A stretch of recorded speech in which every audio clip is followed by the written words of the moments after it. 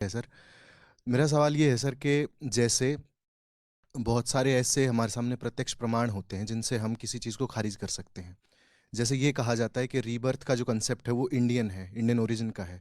लेकिन स्वीडनबर्ग नाम के इमैनुअल स्वीडनबर्ग एक आदमी हुए, उन्होंने किताब लिखी हेवन एंड हेल। तो उन्होंने ये साबित कर दिया कि उनके पास कुछ ऐसी सुपरनैचुरल पावर्स हैं जो भी हैं कि ये चीज़ें होती हैं। तो हम क्या उन चीज़ों को खारिज नहीं कर सकते जो सिद्ध हो चुकी हैं प्रत्यक्षतः? तो क्या हम वही परसीव करते हैं जो हम बिलीव करते हैं, या इसका दूसरा पहलू ये कि बुद्ध ने अपनी सारी साधना सनातनी की, लेकिन जब उनको ज्ञान प्राप्त हुआ तो उन्होंने एक नया धर्म बनाया, बुद्धिज्म। तो क्या बुद्ध ने वो बिलीव नहीं किया जो उन्होंने परसीव किया? तो कौन सी चीज़ होती है सर, जो हम बिलीव करते हैं वो परसीव करते हैं, जो परसीव करते हैं वही बिलीव करते हैं? दोनों बातें हैं भाई। कई बार हम जो देखते हैं उस पर विश्वास करते हैं, लेकिन एक समय के बाद हम वही देखते हैं जो हमारे विश्वास के अनुकूल होता है, क्योंकि हमारे देखने का नज़रिया भी वैसा बन जाता है। फिर हमें वही चीज़ें नज़र आने लगती हैं जो हम देखना चाहते हैं। लेकिन जो पहला सवाल आपका है ना, जहाँ तक परसेप्शन की लिमिट्स की बात है, अगर हम कहें कि जो दिखता है वही अंतिम सत्य है, जो जैसे चारवाक ने कहा, चारवाक इस पे फंस भी जाते हैं। जो दिखता है अगर वो अंतिम सत्य है, क्योंकि चारवाक बाकी कोई प्रमाण मानते ही नहीं, वो केवल प्रत्यक्ष को प्रमाण मानते हैं। आप ये बताएं कि प्रत्यक्ष के हिसाब से पृथ्वी गोल दिखती है, चपटे दिखती है? चपटे दिखती है। पृथ्वी चक्कर काट रही है या सूर्य चक्कर काट रहा है? सूर्य काट रहा है। अगर आप किसी जादूगर के चक्कर में पड़ गए, मैंने कई बार जादूगरों से मतलब मुलाकात तो ज़्यादा नहीं, लेकिन देखा, कोई शो देखा। एक बार तो मैं अड़ गया कि इसके पोल खोल के रहूंगा। सोचिए, एकदम जमीन पे बैठा है, चादर बिछा रखी है, और चादर के नीचे कुछ नहीं है, एकदम जमीन है, उस पर चादर बिछाई मेरे सामने।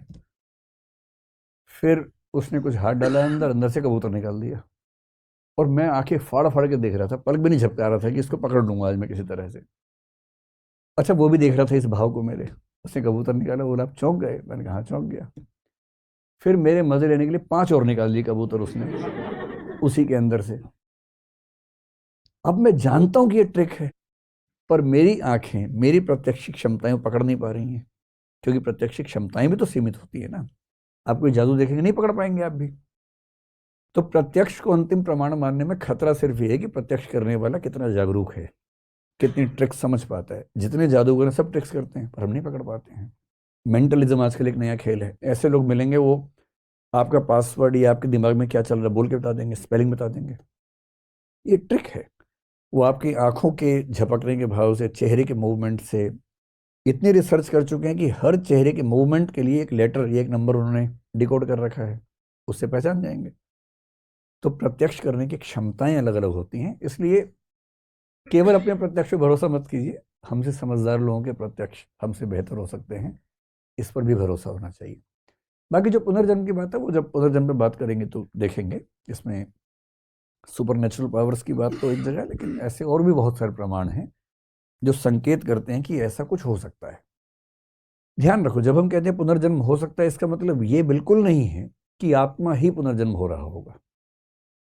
पुनर्जन्म के सारे एक्सपेरिमेंट्स जो साबित कर रहे हैं, केवल एक बात साबित कर रहे हैं कि इस छोटे से बच्चे को कुछ ऐसी जानकारियां पता हैं जो आज से कुछ साल पहले एक मरे हुए व्यक्ति के पास थी, किसी और के पास थी नहीं। प्रश्न केवल इतना है कि वो इंफॉर्मेशन इसके पास कहां से आई, और वो इंफॉर्मेशन इसके पास आने के बहुत सारे विकल्पों में से एक है कि पुनर्जन्म हुआ हो। ये भी तो हो सकता है कि एंटेंगलमेंट हो, इंफॉर्मेशन पहुंच गई हो। तो पुनर्जन्म एक हाइपोथेसिस है कि ये इंफॉर्मेशन जो किसी और तरीके से नहीं पहुंच सकती है, शायद इस तरीके से पहुंची हो। बात करेंगे, इससे बहुत सारे एक्सपेरिमेंट्स हुए पुनर्जन्म पे, उनकी बात करेंगे। सर, मेरा नाम शक्ति है।